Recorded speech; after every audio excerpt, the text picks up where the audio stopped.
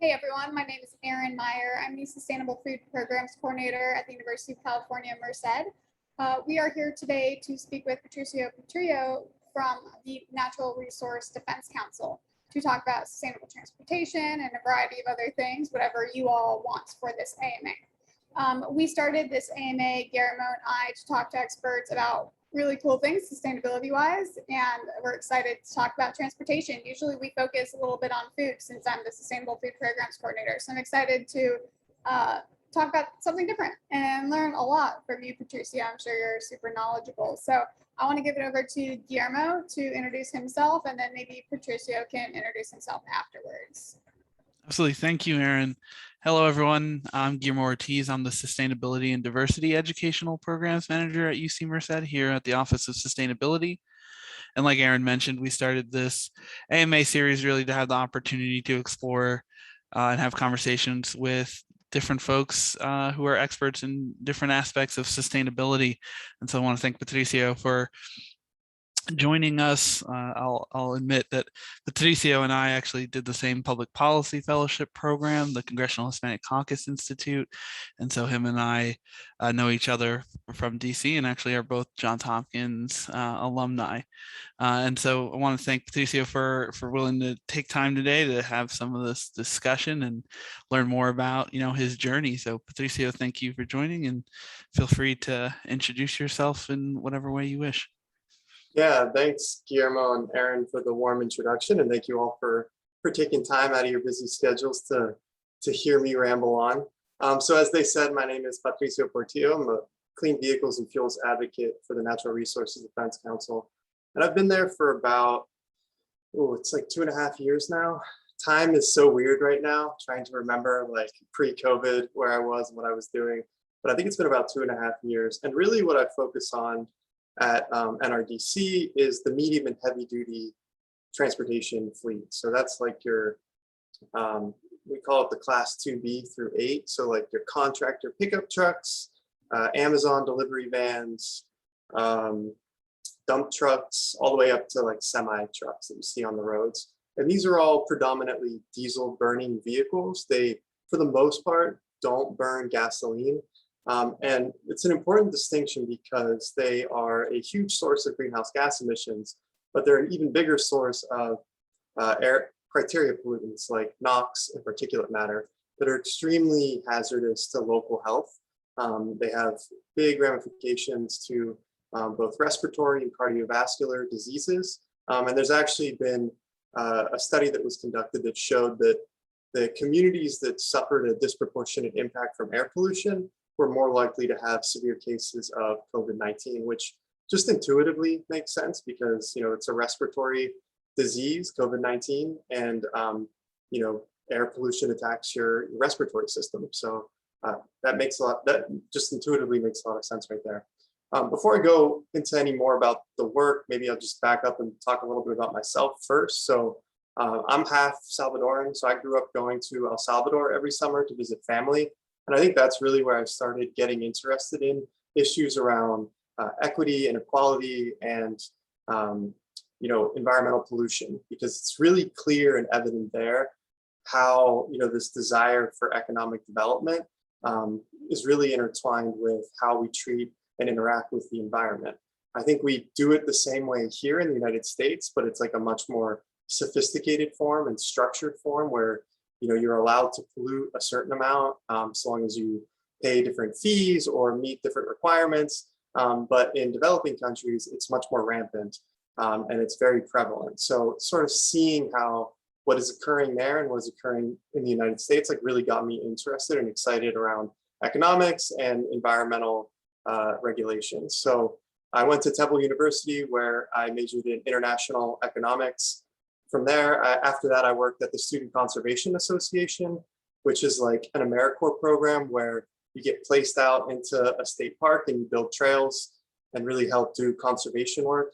It's amazing work. It's so much fun. I wish I could still be doing that, but it doesn't pay that well. So I had to move on. After that, I went and taught English for a year in Thailand. So kind of just getting to explore the world a little bit more, getting that out of my system, if you will. And I came back and I went to Johns Hopkins School of Advanced International Studies to focus again on international economics. And it's there that I really started focusing in on energy and environmental policy. So after I graduated from that master's program, I started working at the Congressional Hispanic Caucus Institute. That's the fellowship that Guillermo just mentioned. And what they did was it helped place me in a Senate committee, the Senate Committee on Energy and Natural Resources. And that's where I met Guillermo, where he was also working on the Hill. Worked there for about a year, working on sort of domestic environmental policy. And after that, went to work at the National Governors Association, which that's an institution, it's a state institution. It's kind of like a consulting /think tank for all of the governor's offices across the country. They all pay to be members, and then we kind of provide them like targeted, rapid response types of support. And I worked on energy policy again and transportation policy. And that's where I started getting more into the transportation lane, particularly because it's now the single biggest source of greenhouse gas emissions in the United States. It used to be energy, but transportation has gone past that, and it's become a major, a very difficult sector, frankly, to get the emissions out of. It's something like 92% of the transportation sector continues to use fossil fuels. We're slowly chipping away at that with zero emission vehicles, but it's quite a lift. And frankly, most of the activity is happening at the state level right now. So in keeping with that, after working at NGA, I decided to work at the Natural Resources Defense Council to really focus more on just transportation and specifically on the medium and heavy duty sector, given sort of the disproportionate impact that sector has on our transportation pollution. And it's because, you and I on the passenger cars that you and I might own, we drive them to like the supermarket, to the restaurant, maybe to a bar or something like that, or to the gym. But our impact is pretty minimal. We're driving probably less than 40 miles a day, but a truck that's being used for business operations is driving a lot more than that. So just kind of by the nature of how much is actually being utilized, it's polluting more because of that. So there are fewer trucks on our roads, but they kind of wield this like outsized impact on both greenhouse gas emissions and criteria pollutants, like NOx and particulate matter. So at NRDC, I've really focused again on that state level policies to clean up the transportation sector. The big sort of key aspect to our advocacy or theory of change is that you kind of need foundational mandates to get industry to make the transformational change to zero emission vehicles. There are other aspects to our theory of change, but that is like sort of step one. You need to have these sort of foundational mandates. And when I say foundational mandates, I'm referring to a couple rules in particular. So in California, we have the Advanced Clean Truck Rule and the Heavy Duty Omnibus Rule. And both of these are requirements on manufacturers to produce an increasing number of zero emission vehicles, as well as an increasing number of clean fossil fuel vehicles. So these kind of work in tandem. The Advanced Clean Truck Rule, that is sort of like your long-term objective of getting as many zero emission trucks available to purchasers out into the market. And that's going to do so over the next 15 years. And in the meantime, this heavy duty omnibus rule, it is supporting new clean fossil fuel trucks. So alongside those zero emission vehicles, we're going to continue to sell diesel vehicles. So we want them to be as clean as possible. So that's kind of like your near-term action. Now, California has this unique authority under the Federal Clean Air Act, in which they're allowed to set their own emission standards so long as they are more stringent than the federal level. And this is a legacy of California back in the 60s having really bad air pollution, seeing a need to clean up the emissions from transportation sector and putting in the first standards in the nation in California. The feds saw this and they're like, hey, that's a great idea. We should do the same, but for the entire country. So because they're copying or modeling after Californians, they kind of grandfathered California in and gave them the continued authority to set their own emission standards. And other states have the ability to either opt into, to either just go with the federal standard or to opt into California's more stringent standards. Now, this is crucial because, a lot of our advocacy focuses on getting really good new standards adopted first in California and then exported to other states. So now that California has adopted these, I'm working in New York, New Jersey, Massachusetts, Oregon, and Washington to get all of those states this year to adopt these rules. Next year, there'll be another handful of states, but that's kind of like the first tranche of states that we want to get to adopt it. And the more states that adopt these rules, the greater the likelihood that we'll get a strong federal rule as well that kind of reflects the direction that the states are taking. So much of this hinges on having good, strong state leadership. And that was a ton of info. So I think maybe I'll just stop there and see if there are any questions before I keep going.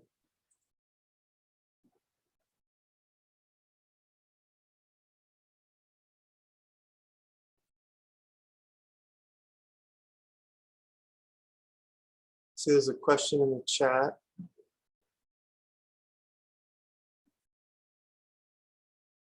Yeah, so that's one of the reasons, the higher sulfur content. There are, there are other technologies that clean that up when you combust diesel, but not to the extent that like you'd be able to totally remove it. Sulfur emissions is definitely a problem, and there are other regulations to address that from diesel combustion. And I think that's a bigger issue, particularly around shipping. But for the diesel trucks, the big kind of pollutant that they are targeted at, the big pollutant that we target there is NOx. So like NOx is an ozone precursor. So that's a major pollutant that we want to reduce. And then particulate matter, where there is literally no healthy amount of particulate matter that can be emitted. And that is a constant with all fossil fuel trucks, including like natural gas as well. They have particulate matter pollution. Zero emission vehicles are the only ones that do not. And again, this is very, like the impact is, it's very local. So the communities that surround like freight hubs, so like ports or warehouses or freeways, those communities across the country, but especially in California, are predominantly communities of color and low-income communities. And they suffer disproportionately from the diesel pollution from the vehicles that are operating, in and around their communities. So there's a huge sort of equity component to cleaning up these vehicles.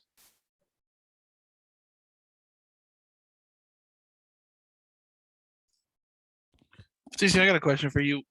When do you think, your journey from Temple all the way to NRDC is impressive. You had a lot of different responsibilities along the way. Which experiences do you think helped contribute the most to finding your passion in energy and climate and transportation, and then experiences that helped you professionally really move up to the next level that you were ready to prepare? I know here at Merced, we have, undergrads, graduate students, PhD students, all of whom are looking to make an impact in the field of climate and sustainability, and hearing about some of those experiences in which were impactful for you might help them plan accordingly. Yeah, that's a good question. So I'd say it's really hard to pinpoint sort of one experience. I think for some people they can like point to like this one aha moment, but I don't know that there necessarily was for me. I think in a lot of ways I kind of fell into the transportation work. I think working on the Hill probably helped guide me a little bit in that, Guillermo, as you know, when you work on the Hill, like there are so many issues that come in front of you, and you have to sort of like know a little bit about everything. And that really exposes you to a wide diversity of different topics, issues, stakeholders, and being able to kind of like sample all of that really helped shed light to me at any rate, like what are the things that I actually liked working on? Or what are the things, and equally importantly, what are the things I don't like working on? I think probably one of the first things I realized I didn't like working on was like energy efficiency. It is extremely important, but to me, it's just very tedious, and I wasn't that like engaged in it. So I think kind of by getting to taste test all of these different issue areas, it kind of led me towards transportation. I think it helps that it's a really dynamic time for the industry. You kind of have these big converging trends that are happening with changing in like energy sources, so going from fossil fuels to electricity, the rise of ride sharing and how that's kind of influencing vehicle ownership models, and then also kind of still into the future, how will autonomous vehicles and autonomous technology have an impact on the industry as well. So I think that convergence has just made it a very dynamic field. In terms of what has been like most useful, I think being like stepping outside of your comfort zone. I know that may sound corny, but it's really true. Being like kind of shoved into positions where you're very public facing really helps you get over, at least for me, like a lot of like public speaking fears, or just how you communicate, both verbally and written. It's really useful to get sort of pushed to do that. If you're comfortable in your work, you may want to like think about a change, because it's got to be constantly developing yourself and constantly pushing yourself to do something that's a little bit outside of your reach. Again, I think the Hill was useful in that, because you kind of get pushed into becoming an expert on all these different topics that you don't know about. I think the National Governors Association was also extremely useful in that regard, since we're working with 55 states, all of whom have different political landscapes, different political leanings, and you need to support all of them. So, and you kind of have to put your preferences and biases to the side and kind of help figure out and support and influence them as much as possible in the direction that they want to move in. So that really, causes you to think differently and kind of put yourself into their position or their shoes, which is very useful. And a quick follow-up, because I know we have a question in chat, but so you've worked at the federal level, you've worked through NGA at the state level. You also made the transition from the East Coast all the way out to the West Coast. Can you kind of describe how those differences from federal to local issues to then going from coast to coast, has that impacted the way you view environmental issues, about who has responsibility and where, and as someone who also made the transition from the East Coast to the West Coast, regional differences in how the country approaches environmental issues is clear, right? And so, how do you grapple with examining issues through different lens, both local and federal? And then if you're looking region by region, what are some of the lessons that you've kind of taken away from that? Yeah. So, I was working on the Hill when we shifted from the Obama administration to the Trump administration. So a lot of the policies that were priorities and important to me kind of got put to the side. A lot of the environmental issues were kind of put off to the side, essentially. And I think that sort of seeing how like one change in like leader at the top can have such a dramatic influence on federal policy was pretty, I don't want to say disheartening, but like eye-opening. And it made me realize that, the federal government, obviously they're like a huge monster that has a huge impact on our daily lives and on the environment. But the real kind of like tangible and durable impacts, I think, happen at the state level. And a lot of the state work can be rolled up into federal work as well. So it can push the federal government to do something that they wouldn't have done otherwise. So that kind of reoriented my focus to the states, to kind of see what was possible. The states, again, there's 50 of them, so you can be trying all different types of things in different states and seeing what works and generating all these best practices that can then be shared across borders. And that can really be, I think that dynamism at the state level is incredibly important for environmental policy. So maybe I'm a little biased, but I am definitely more of like a state policy person. I'm trying to, I think now that we have a Biden administration, seeing like what's feasible at the federal level, given all the activity and action that we're seeing at the state level. It still feels like the feds kind of follow what the states do, as opposed to federal leadership driving state action. So in that regard, I think that level seems to be the right one to target for environmental policies. Not all of them, but for transportation in particular, where states do have a lot more jurisdiction over their transportation systems. And was there another part to that question at the end? Yeah, it was okay. So we covered kind of federal and state, and then the other part was, coming from the East Coast to West Coast, what have you been seeing, or kind of, as you know, right? Different regions of the country approach issues differently, right? And so how, I'm from New Jersey, you're from Pennsylvania, how those two states might on the East Coast might handle it might be even different than what we were doing out in the mid-Atlantic in Maryland and Virginia. And now that you're going out to the West Coast, which has a reputation for environmental policy, California, Washington State, for example, what are some of the regional differences that you've seen, how at the policy level states kind of, or regions of the country approach these issues? Yeah, I mean, it's a really good question. I think there's a couple things. There's kind of like the political power that exists in a state that maybe cuts beyond, like the region that you're in maybe matters a little bit less than like just the political landscape of your state. There is, of course, a feedback loop between those two. But I guess that aside, I think the states and the regions that have felt the most dramatic impacts of climate change are the ones that tend to be the most aggressive on environmental issues. I say 10 because it's not necessarily true. There have been hurricanes and other issues that have struck Texas, for example, and yet they still remain, not the most environmentally friendly of states. But I'm thinking of like the wildfires in the western regions and the droughts as well that really drive home. And I think for a lot of people, it like then impacts their daily lives. It drives home the importance of cleaning up our greenhouse gas emissions to address climate change. And then you have flooding on the East Coast and parts of the Midwest as well that have also been drivers for environmental policy. Another really, I think something that is also really, I've noticed really shapes regional perspectives is the amount of public land in a given state. So, on the East Coast, there's very little, like as a percentage of the state, there's very little public land. But as you move west, you see that there are bigger and bigger swaths of the state that are covered by public land.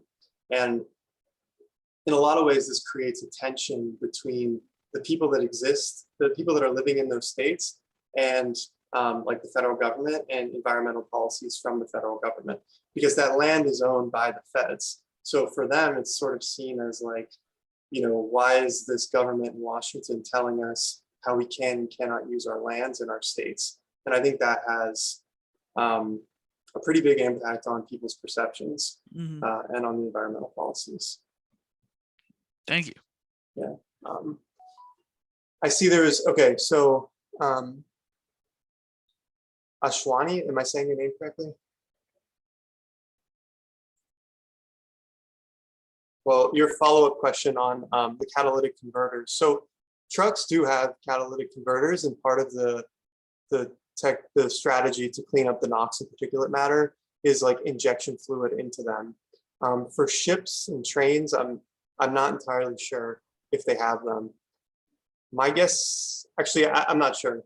I do know that ships and trains burn a different type of diesel fluid or diesel oil.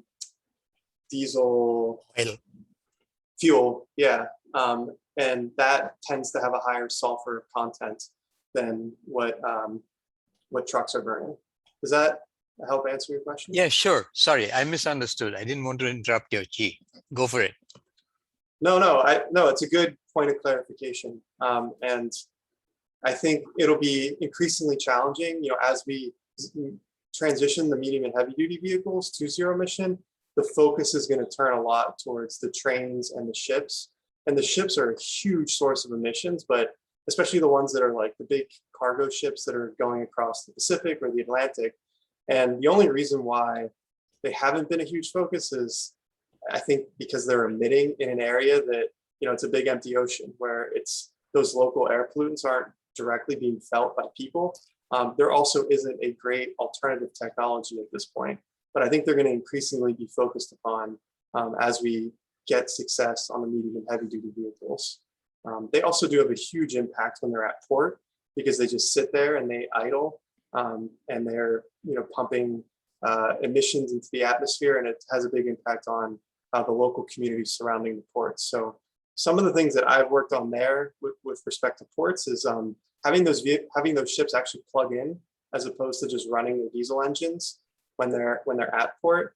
It's called using shore power. It's a pretty easy solution, but it takes a big investment because you have to build out the distribution system that can handle plugging in some massive cargo ships for a couple days. So, but we're getting there.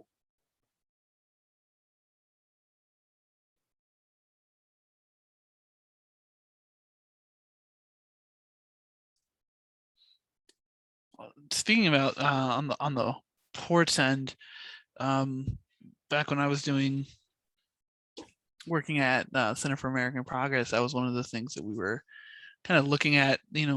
What are the really tricky spots in transportation to decarbonize, and we ran into the fact that there is very little infrastructure, and I mean that in a policy sense, about essentially how to green ports, right?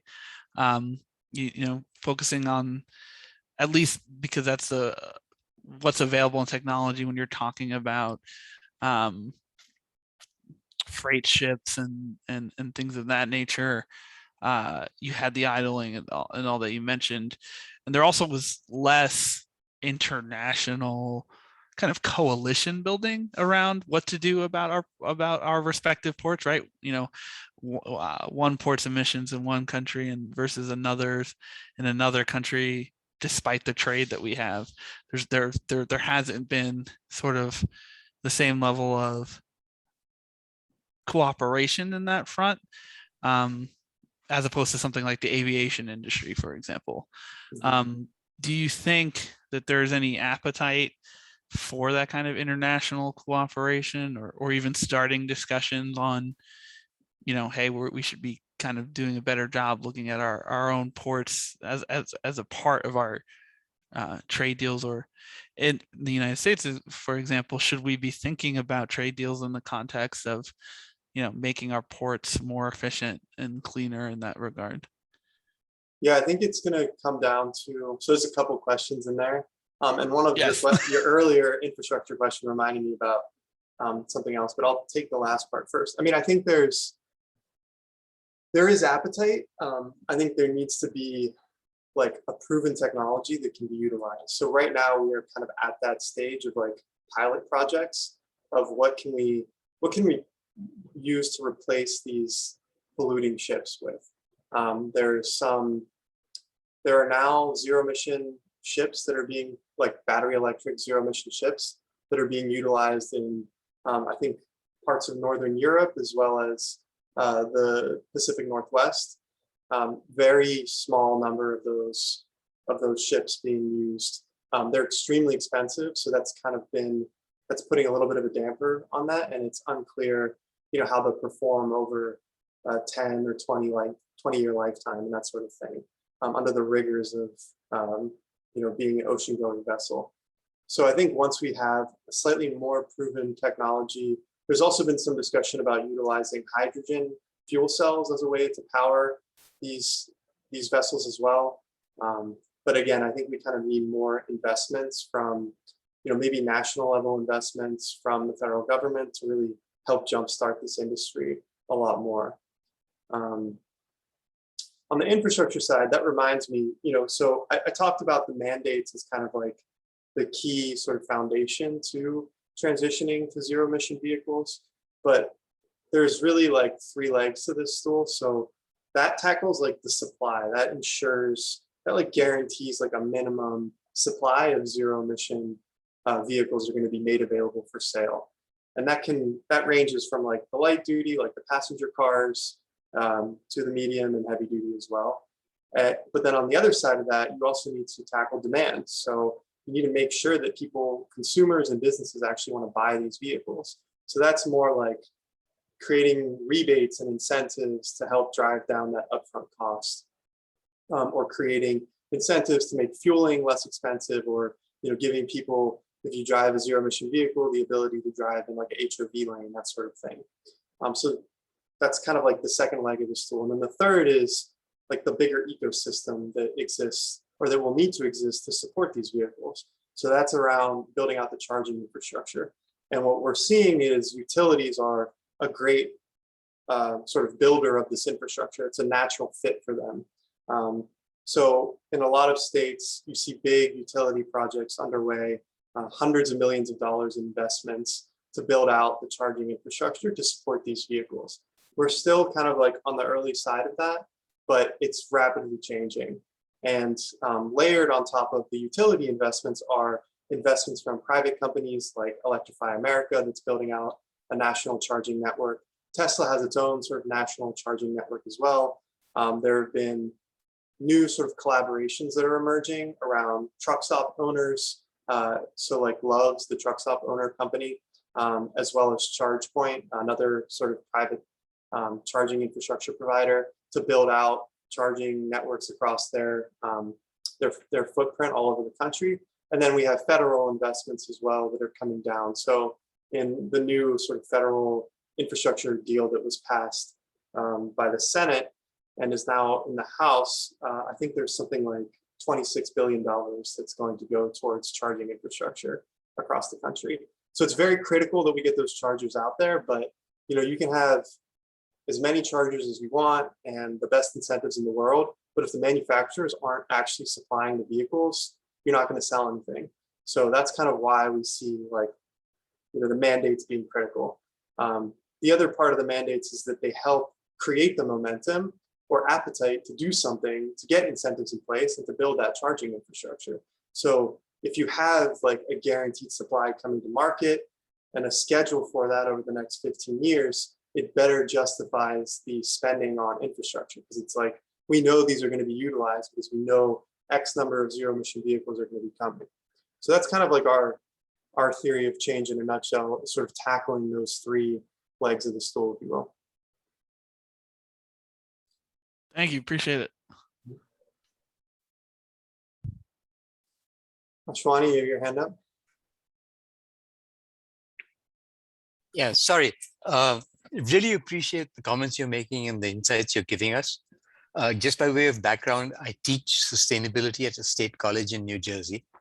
I've been doing sustainability most of my life, and I teach a course in energy and society. So I've been looking at these issues for a while. I also worked for 18 years in Southern California with SCAG, Southern California Association of Governments. So I'm familiar with those issues a little bit. Where I want to take the conversation, if you don't mind, is away from the technology-centric conversation we've been having so far and towards the human factor that is driving this crisis of climate. So I've been dragged kicking and screaming to a place where I no longer believe that renewables and electrification alone are going to save us. They're not. No way. There's no way we're going to stop fossil fuels enough by 2050 to actually make a difference. We need a change in consumer behavior. Is NRDC, are you, from your perspective, policy perspective, looking at these things, or is this considered to be a social policy issue and not part of the policy issue that you deal with? Yeah, no, that's a great question. And I completely agree with your point that like just doing what we're continuing to do isn't going to meet the targets that we've set or that we know we need to hit to address climate change. I don't personally, so we have, maybe I should have clarified this in the beginning. NRDC is huge. It's, I think, over close to like 800 people all over the country and all over the world. My team just focuses on clean vehicles and fuels, and I focus just on the medium and heavy duty side. But we do have other teams and programs at NRDC that are focused on exactly that, changing consumer behavior, also being more proactive to get us off of fossil fuels. So like banning natural gas or banning oil and gas production on public lands, for example. Like we have other teams that work on that, both from like the advocacy side, but also from the litigation side as well. So there are others in the organization that sort of tackle those points. My point is just, or my like advocacy is just solely focused on the medium and heavy duty transportation.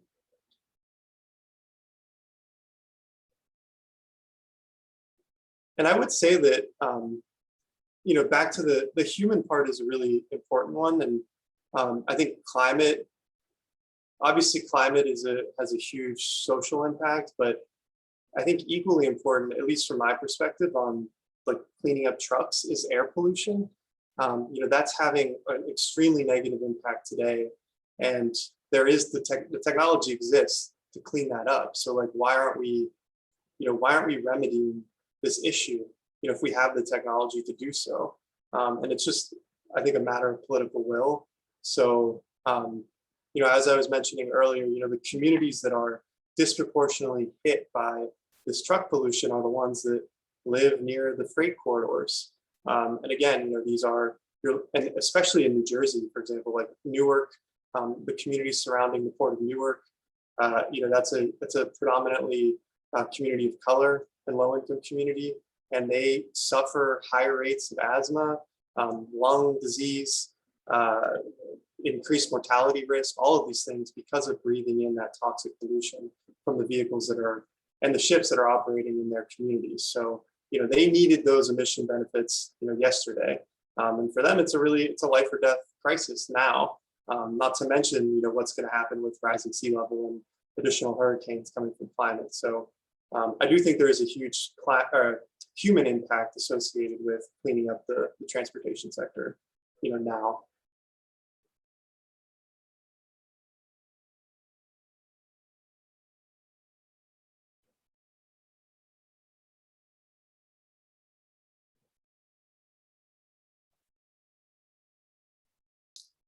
So overall, when you look at the entire scope of the world that you inhabit in terms of environmental issues, how do you feel about the future, the near-term future, 2030, 2050?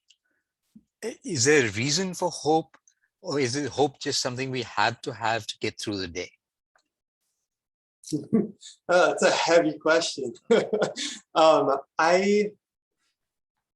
I will say that I am hopeful, but I think we should also be, and there are parts of NRDC working on this as well, but like adaptation in addition to mitigation is equally important. So building a more resilient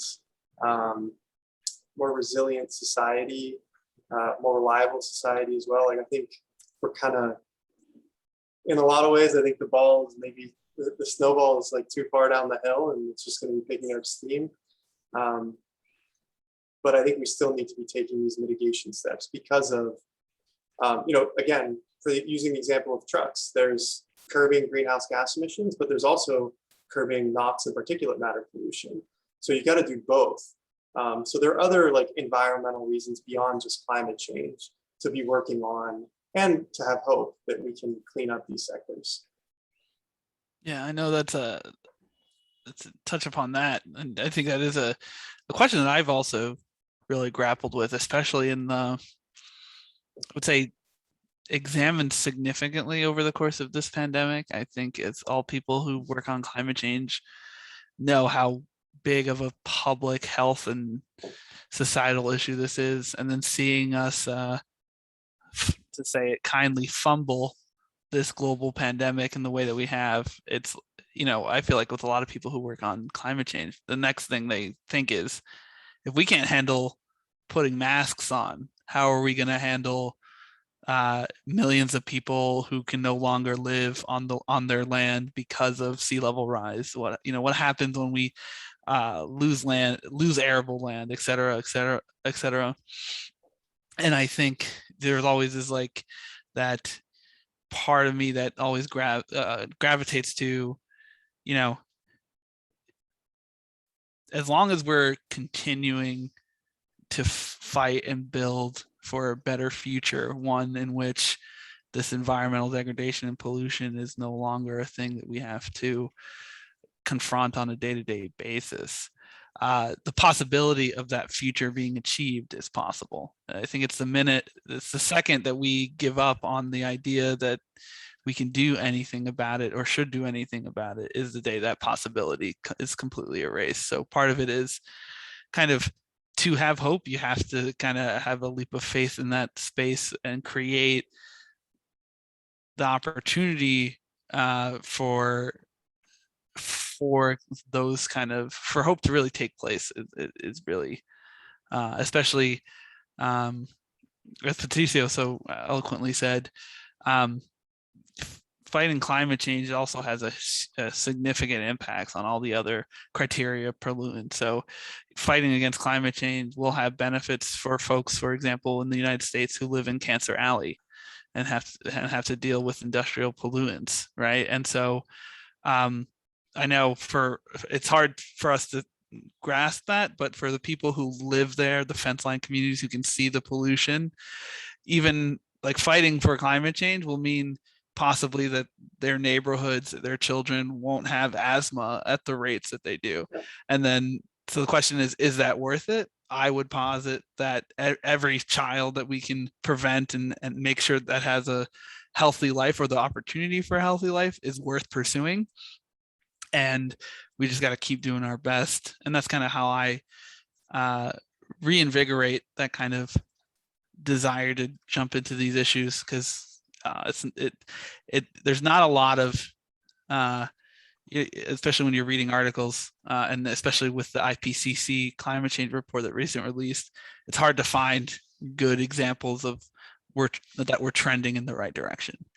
But I think if we localize it and understand that we are potentially saving lives, that like in on a day-to-day level, I think that gives me enough hope to really try and work with like-minded folks, like folks here on this call, to try and build a better future. And I think that really helps get me through to the next difficult obstacle that we're going to have to kind of come to. I don't know, Patricio, if you feel the same way. No, absolutely feel the same way. I think that's a great point.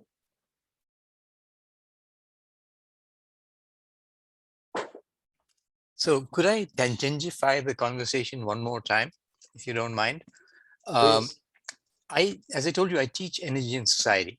I also happen to love to drive a stick shift. I mean, it's a rush for me every time I do it. So I've taken the position that changing behavior does affect environmental impact. And one of the points that I make to my students, 2 points that I make, one is speed limits, and the other is short trips. If it's a mile or less, don't drive, because you pollute way more in that first mile than you do in the next 15 or 20 miles. Your catalytic converter isn't hot enough, engine isn't hot enough, you're polluting like crazy. If you can avoid the short trips, you make a real difference. That's been my position on this. So from your perspective, working on heavy duty and medium duty vehicles, do passenger cars actually have a role to play in this? Or are they so masked out by the heavy duty vehicles that anything we do there is just dinking at the margins? No, yeah, no, the passenger vehicles are definitely something that we need to clean up as well. They have a much bigger greenhouse gas emission footprint than the medium and heavy duty vehicles do. They also, just by nature of how many there are, have a very big impact. So cleaning those up is critical. We have a similar policy where there's a requirement for manufacturers to sell an increasing number of zero emission passenger cars. And that was an emission standard that California created, and I think we're at like 14 or 15 states now that have adopted it as well. And that just, again, that guarantees like your minimum supply. I do think there is a huge difference between how you target policies for the light duty versus the medium and heavy duty. So, and I think in a lot of ways, the medium and heavy duty is much easier, because on the medium and heavy duty side, you're dealing with a business. They're rational actors. They're making purchases based on the bottom line. But on the light duty side, like you said, you're dealing with consumers that are much more emotional buyers. They're buying because the car has a stick shift, or there's a sunroof or leather seats or whatever. So it's much harder to change the behavior there.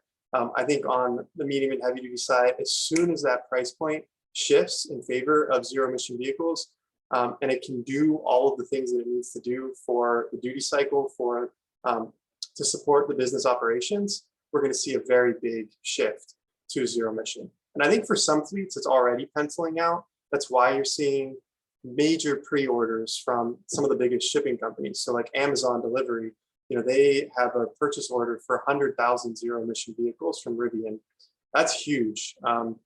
USPS has a big purchase order as well. Frito-Lay, they also do, FedEx does as well. So all of these like big shipping companies or logistics companies, they're seeing the bottom line, and to them it makes sense. We kind of need to get some of the smaller companies to come along as well. And that's, again, where the incentives come in, where building out the infrastructure comes in to make them feel more comfortable with the technology. Now, on the consumer side, I think you need to produce products that, meet the needs of what the consumers want to some extent. So I don't know if you've ever driven like a Tesla, but or any of like the really fast electric vehicles, but those are pretty exciting to drive as well. I think more of that will be useful. Seeing Ford do like the electric F-150, that's the biggest selling car in the country. If it can meet sort of the rigors of, and we think it can, what people like their Ford pickup trucks to do, I think that could potentially have a big impact on uptake of electric vehicles. But again, a lot of that too depends on the consumer side on like having visible charging infrastructure. I think we're all so familiar with gas stations like on every corner, having good access to them, but charging is a little bit different, and like the needs to do it are a little bit different. You need to be at a place for a little bit longer. So the more that they can be out there in public and visible, and people can feel confident that they're going to be able to, fill up once they're low on battery, I think the greater the likelihood they'll want to adopt the vehicles. The good news is the people that do buy electric, they love them. They don't want to go back, and that's because the performance and the handling is so much better on the electric vehicles. And it's great when you pay like $2 to fill up your entire electric vehicle tank. And that's particularly great in a state like California, where gas prices are through the roof. It's like $4.50 to $5 per gallon. So I'd much rather just plug in my car and get some really cheap electricity. So I don't know if that answered your question, but it's kind of how I've been thinking about the differences between the medium and heavy duty space and the passenger vehicle space.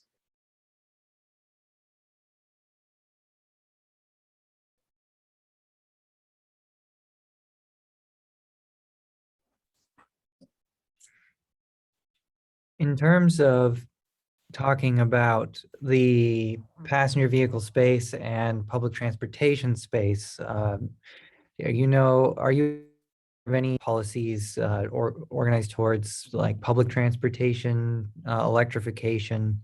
I know that, there's still rural bus systems that are all diesel or non-electrified vehicles, and I was wondering about anything in the works for that grants or something that these rural counties can go after to get public transportation.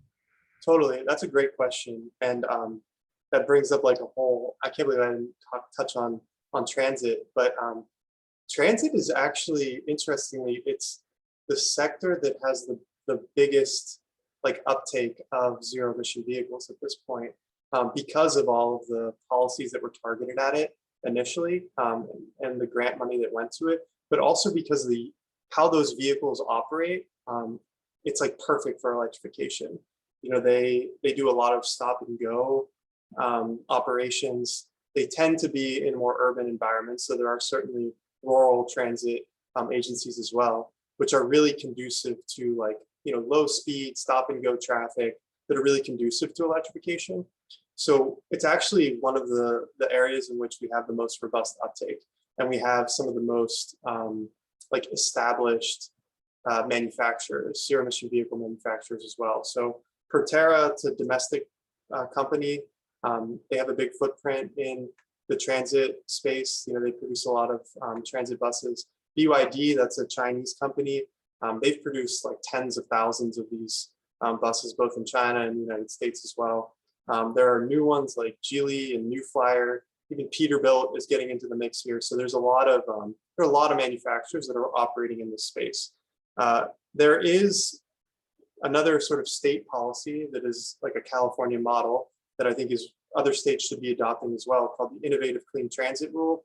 And that kind of lays out a schedule for when transit agencies, all of the transit agencies in the state, are going to have to convert over to zero emission vehicles. So it helps them with the planning, it helps them identify the funding and provides funding to do so. It also helps with the infrastructure build out. The benefit that transit agencies have is like they know their routes and what they're going to be running. They have tons of data on that and on their vehicle operations. So it makes it much easier for a manufacturer to sort of look at that operational data and say like, yes, we have a solution, a zero emission solution for that route that you're running. It's also really, it lends itself much better to like utility planning, because utilities can much better build out the infrastructure if they know exactly the route that this bus is going to be running day in and day out. And then at the end of the day, it's going to be parked in a depot where it can charge overnight. So there's a lot of reasons that transit is a pretty exciting space for zero emission.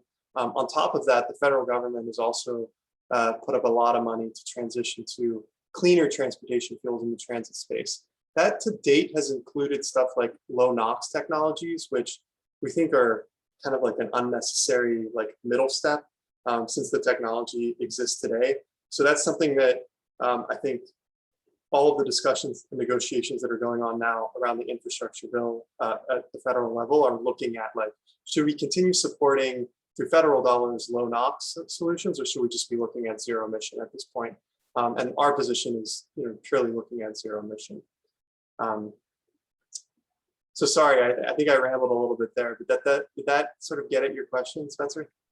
Yeah, oh, definitely. I was just thinking about our local YARTS buses still not being electrified, and I assume there's a policy in place for electrification because they have to meet these deadlines.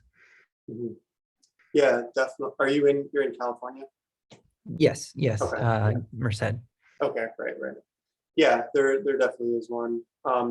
What's also really interesting to me is especially in rural areas, there are a lot of rural co-ops, so like utility companies that are owned by like the members essentially. So they're not for profit, they're for service essentially, that are really excited and enthusiastic about electrification and making a lot of investments today to both transition fleets to zero emission, but also build out the necessary infrastructure to support them.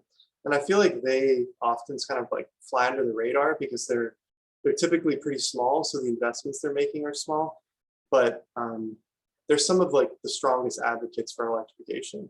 They really see the value, if the technology is there, which it is, for their rural consumers, because those are the consumers that are driving the most.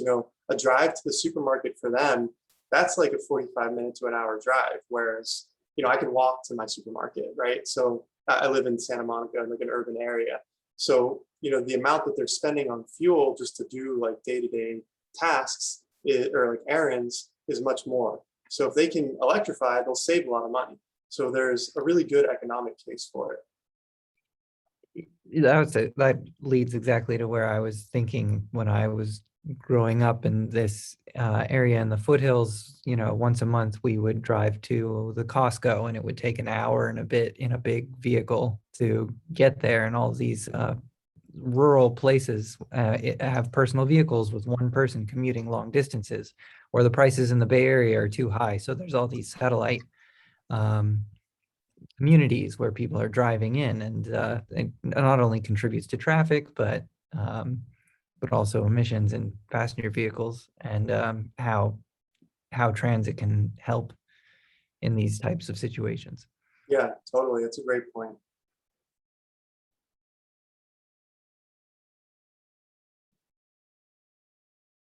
I know we're running close to time. Are there any other sort of final questions?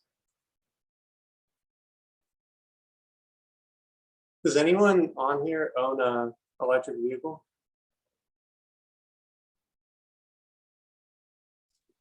I put in a reserve order for one. Oh yeah, which one? The Mustang Mach-E. Ooh, okay, nice. When are you gonna get that? 4 to 7 months. Wow. Yeah, everything's on back order, but I had a car that I just paid off, but left it with my family who's still in Virginia so they could use it. But I'm like adamant that I want my next vehicle to be an electric one, and that one caught my eye. Yeah, it's pretty, that car looks awesome. Did you get to drive it or did you just put the order in? I'm gonna do a test drive next week. Very cool. So I'll use that as an excuse to go visit you. Yeah, please do. Road trip down. Yeah. Take me up. Take me with you. Yeah. I'm hoping that my next car is, I currently drive a 2001 Honda Civic, and I'm just going to let it take its natural course. And when eventually it dies, which it probably will soon, I'll probably opt for something like that. Do you have any recommendations for me? Something humble and modest. I don't really drive a lot at all, so I don't need it to be fancy, though the Mustang is tempting. Yeah, I don't have any, I mean, it really depends on, sounds like maybe just like a simple car would suffice. My partner has like a Hyundai Ioniq. It's a plug-in. She really likes it. It's got like all the bells and whistles, but it's pretty inexpensive. And it can do both. It's a hybrid, so it can do gasoline or charging. And if you're just doing like driving less than 50 miles a day, the battery, can cover that basically. So you wouldn't, I think she spends maybe like $5 a month on gas or something like that. Great. Thank you. But really the pace of like change and like model offerings, in a year or two, there's going to be so many more options also, and the technology is going to be, even better. It's kind of wild to sort of be in this moment, in this space, just because of how quickly and rapidly it's changing. I mean, it's like not a month goes, honestly, not even a week goes by without some like major announcement from either fleets or manufacturers about some new development. So when your Honda does kind of give up, which those are very reliable cars, so it may be a little while, you'll have a lot more to choose from. Yeah, I'm excited about the future, but I also am excited for my Honda Civic to just live forever. Yeah. It'd be nice to see. Does Honda have an EV? I haven't seen one. They had a fuel, I don't know if they're still selling it. They had a fuel cell one. What was it called? I think it was called the Clarity. Or maybe that was an electric one, but there weren't a lot of options.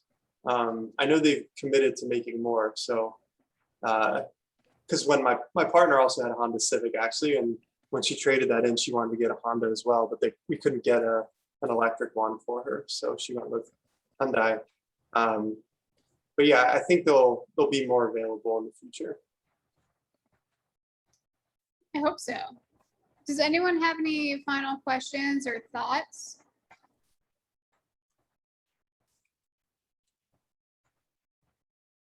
Awesome. This has been really elucidating for me. Thank you. You've taught me a lot, because this is definitely an area I don't know very well.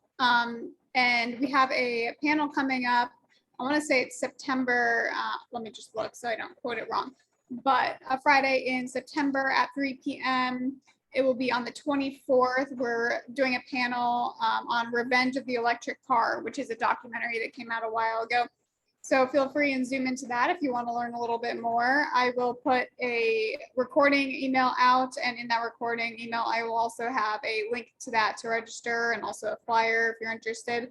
And yeah, I want to just thank everyone for joining, for your awesome questions, Patricio for answering them, and everyone, I hope you have a fantastic day. Yeah, thank you all. Have a good one, everybody.